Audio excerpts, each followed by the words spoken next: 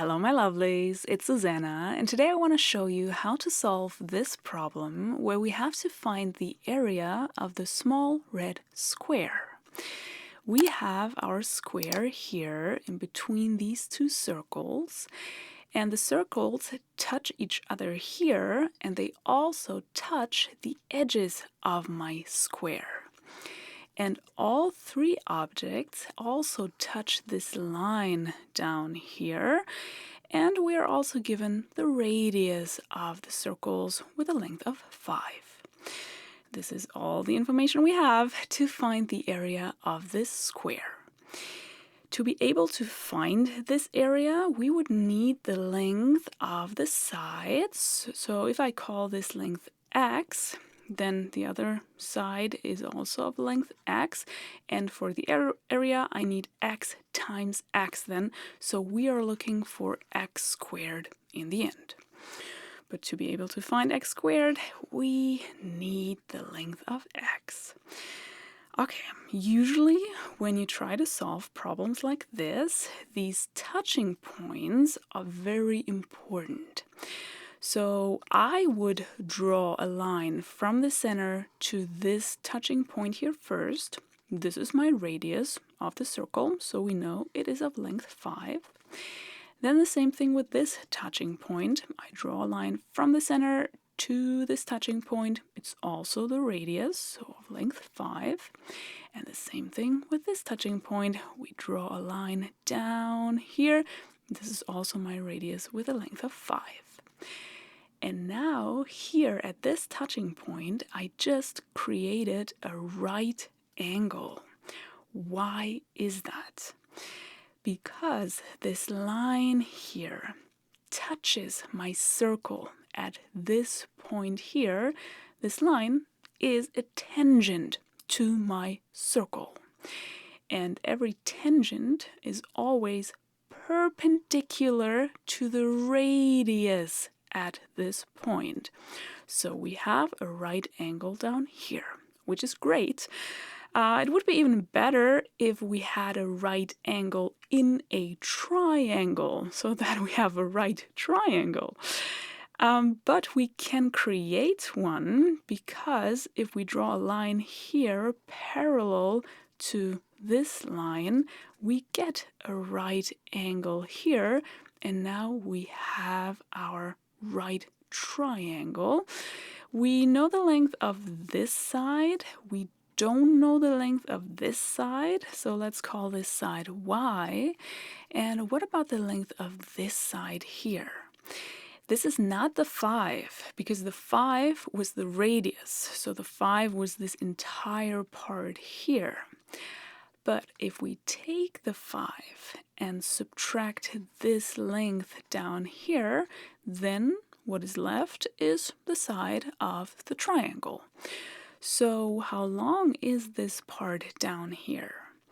It has the same length as this part here, which is the length of the side of the square, which is x. So we have x down here. And to get just our part, we take the entire radius, the 5, and subtract this part down here, the x, so that this is now the length of the side of the triangle. Okay, now we can use the Pythagorean theorem in our right triangle. To do this, we first need the hypotenuse. That is always the side that lies across the right angle. So this is my hypotenuse. And the Pythagorean theorem then says, take one of the sides, the 5 minus x in our case, and square this entire thing. So we have to write it in parentheses and square it. Plus, take the other side, the y, and square this as well. And then you get the hypotenuse squared, so 5 squared. We can calculate 5 squared already. It's 25. So now we have an equation. The problem just is we have x and y in here as variables. So two unknowns in just one equation is not very good, but it's better than nothing. So let's take this equation. We keep it in mind that we already have it, but we have to find a second equation where we have x and y in there so that we are able to solve for x and y. So what is the relationship between x and y? We have y here, then we have x here, and on the other side, by the way, we have y here again, because on the other side, everything is the same. So if we draw all these lines, we have our y here again. So from this point here, we have y, then we have x, then we have y to this point here, but we know the length of this entire part because it's from here to here, which is of length 10. So we know that y, let's write it down, y plus x here plus y again is equal to this part here, to 10. And this is a second equation with x and y. Maybe we simplify it a little bit because we have y plus y here, which equals 2y. Then we have the plus x, and this equals 10. So we have this equation now and this equation. We take them, write it into a system of equations, and now we only have to solve the system of equations. There are several ways how to do this. One way would be to solve the second equation for x first, and then insert it into the first equation here for our x later then. So first of all, let's solve this equation for x.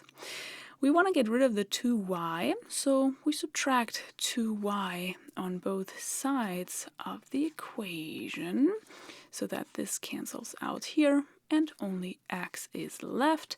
And on the other side, we have the 10 minus 2y. Okay, now that we've solved for x already, we take our x and insert it now into our first equation. So that here we have 5 minus.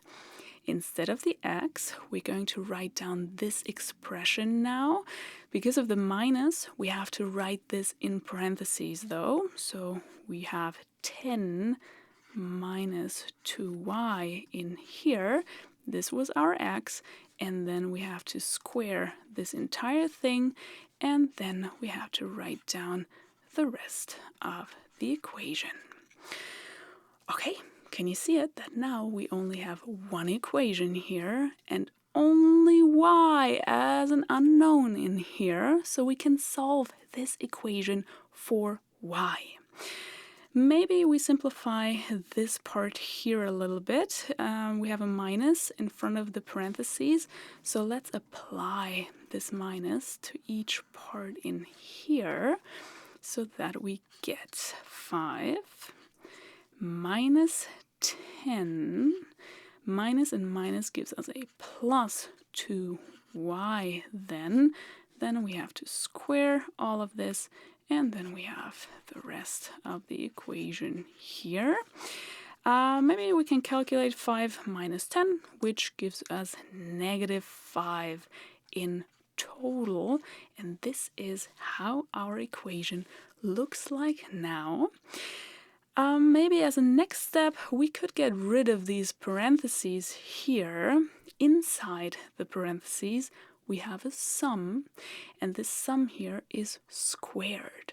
So this is a special product. We can use a formula to get rid of these parentheses, because every time when you have a sum, so something like a plus b, and then you square this sum, then your result is a squared plus 2ab plus b squared.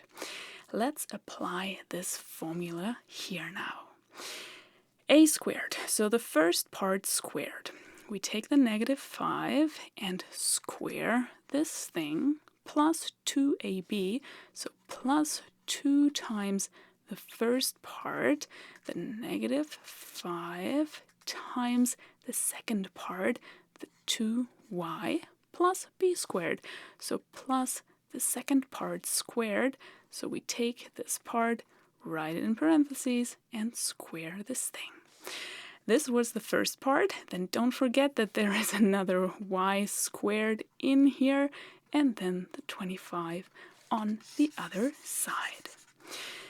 Okay, let's simplify a little bit. -5 squared gives us 25. Then 2 times -5 equals -10 times 2y equals -20y then. Then we have all of this squared, so 2 squared equals 4, and the y squared then as well, and then the other y squared, lots of things in here, and the 25 on the other side. Now here's a part with y squared and another one. We could simplify these. We have 4 of them here plus 1 of them here, so in total we have 5y squared here. And we have a quadratic equation here. So let's bring everything to one side. So let's subtract the 25 on both sides of the equation. Then here it cancels out, and we only have the -20y here and our 5y squared part. And on the other side, 25 minus 25 equals 0. Ooh, this is good. We have y in this part. We have y also in this part, and on the other side we have a 0. This is great. Because we can factor out a y, let's do this. So if we take out a y here, what is left in my parentheses? I have the plus here in between. If I factor out the y here, then only the -20 are left here. And if I factor out a y here, the 5 is left here, and I had y squared here. So if I take out 1, another y stays in here. And on the other side, I have a 0. Why am I so happy about this here now? Because we have a product, so something times something equals 0. And this is only possible if either the first part, the y, is already equal to 0, or the second part, so everything that we have in our parentheses is equal to 0. So we can split our one equation into 2 simpler equations. And now we can solve them. I mean, okay, this is already solved. Done here. We found a y. And here, if we want to solve for y, let's add the 20 on both sides of the equation, so that this cancels out and only 5y is left. Here we get 20, and to solve for y, we have to divide by the 5 here to get rid of it. Then this cancels out, only the y is left, and 20 over 5 equals 4. So we've just found 2 solutions for our y, a first solution here and a second one here. But were we really interested in y? No, we were interested in our x, remember? So we are not done yet, but we take these 2 solutions, they're here again. We go back to our system of equations and to the equation that we've already solved for x, because now we can find our x solutions by taking our y solutions and insert them here for y. So my first x solution is then 10 minus 2 times, and my first solution here was 0. So in total, I get a result of, this is 0, so I have 10 in total for my x. And a second solution, if I use the second value here, so I have 10 minus 2 times, and this time I insert the 4 here, so that I have 2 times 4 equals 8, 10 minus 8 equals 2. So we have 2 solutions now for our x. Can we use both of them? Well, let's see what happens if my x is 10. We know that this part here is of length 5 as well, so this here was of length 10. Which means for my square down here, if I have a side length of 10, this would go from here to here. If I draw a square of this side length, I have to go up here, here, and down here again. So this would be my square if I had the side length 10. But this is not what they showed us in the picture, because this square is not in between these two circles here. So I don't want to use this solution at all. This doesn't fit into my picture here. But this does, the 2, because it is smaller than this length here, so it fits in here. So I take the 2 as a side length for my square here and here, and the area of my square is 2 times 2, so 4 then. If you liked my video, please give it a thumbs up. It helps me a lot. I wish you a wonderful day, and I hope to see you in one of my next videos. Take care!